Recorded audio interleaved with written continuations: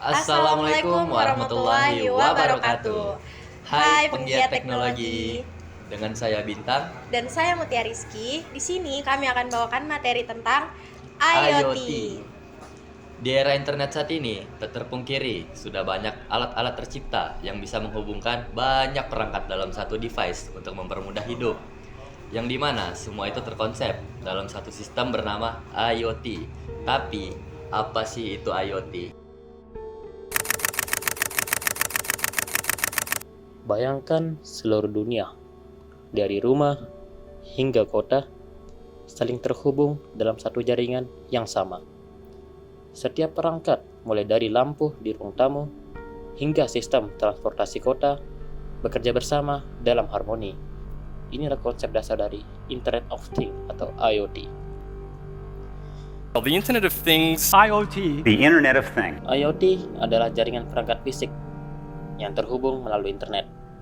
Perangkat ini dilengkapi sensor dan teknologi yang memungkinkan mereka untuk saling berbagi data dan bekerja sama. Dengan IoT, perangkat seperti lampu, jam tangan pintar, atau bahkan alat kesehatan dapat menjadi lebih cerdas. Tadi kita kan udah mendengar tuh apa aja penjelasan tentang IoT. Nah, tapi gimana sih cara kerjanya?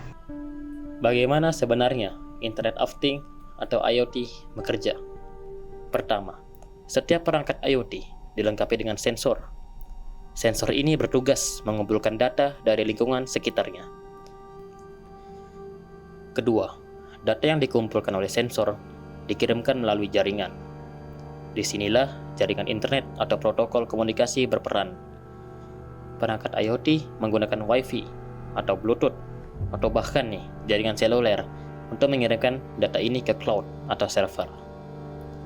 Ketiga, data yang diterima di server diproses dan dianalisis menggunakan teknologi seperti big data, machine learning, atau algoritma lainnya.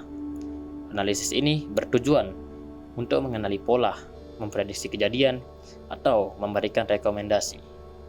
Keempat, setelah data diproses, hasilnya dikirim kembali ke perangkat IoT atau ke aplikasi pengguna.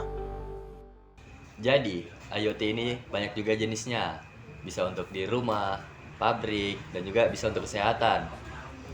Nah, jadi apa sih IoT dalam jenis-jenisnya itu? Nah, seperti yang Bintang bilang tadi, ada jenis IoT yang ada di rumah. Nah, itu tuh apa sih? Itu misalnya kayak rumah pintar yang dimana misalnya kalian pulang ke rumah itu tuh lampu udah nyala atau AC udah dingin. Otomatis nyala ya. Bener. Terus ada juga di bidang kesehatan. Itu gimana, Bang? Nah, itu kayak contoh ini jam tangan jam tangan pintar yang bisa mendeteksi detak jantung kita gitu. Oh, yang bisa ngedeteksi langkah kaki juga itu ya? Biasa orang pakai jogging tuh. Oh gitu. Terus ada juga yang di bidang pabrik gitu nggak sih? Iya. Ya di Jadi bidang kayak- pabrik itu gimana sih? Kayak mesinnya tuh berhenti sendiri kalau ada masalah gitu kan. Oh jadi kalau udah panas tuh dia mengistirahatkan dirinya sendiri gitu langsung ya? mati. Oh gitu. Tapi kalian tahu nggak sih kali ini kita nggak bakal bahas semuanya. Yang dimana kita kali ini akan lebih fokus untuk membahas IoT di bidang perkantoran. Nah, Nah itu apa aja sih IoT di bidang perkantoran? banyak tuh, bisa kayak sistem pengelolaan energi cerdas, bisa untuk keamanan perkantorannya, bisa juga untuk ruang rapat pintar gitu Oh kan. gitu.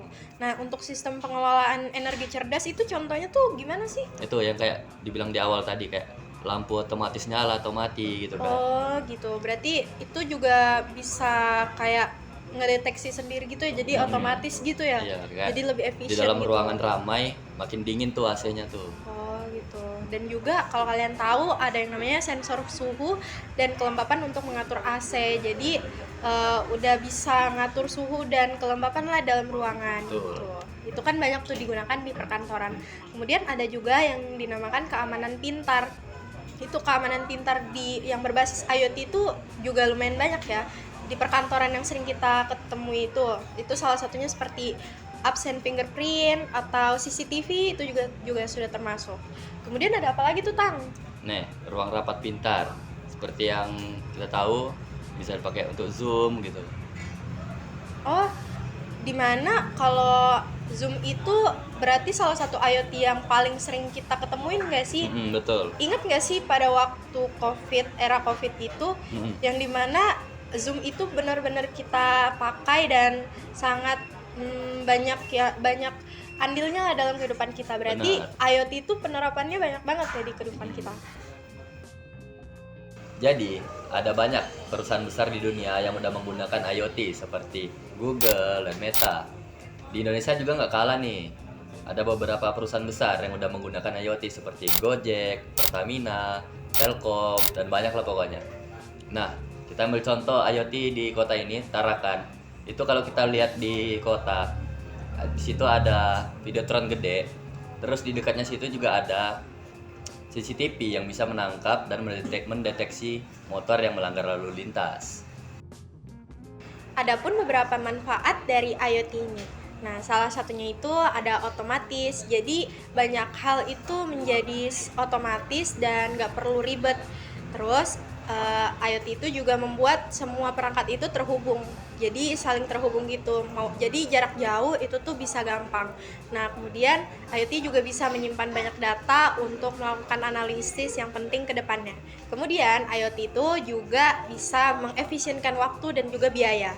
Nah, kemudian yang terakhir ya namanya teknologi. Jadi IoT ini menjadi inovasi baru lah yang canggih dalam dunia teknologi. Bikin keren lah pokoknya.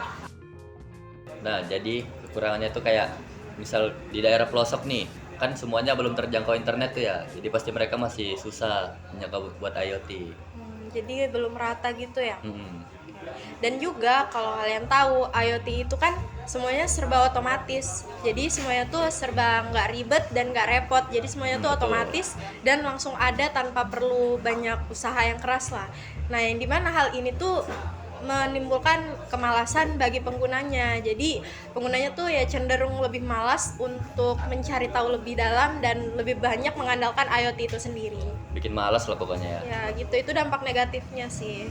Apalagi era sekarang, anak-anak sekarang, IoT itu kan banyak banget kayak bikin mereka tuh kayak menggampangkan segala sesuatu hal yang dulunya tuh sebenarnya enggak gitu.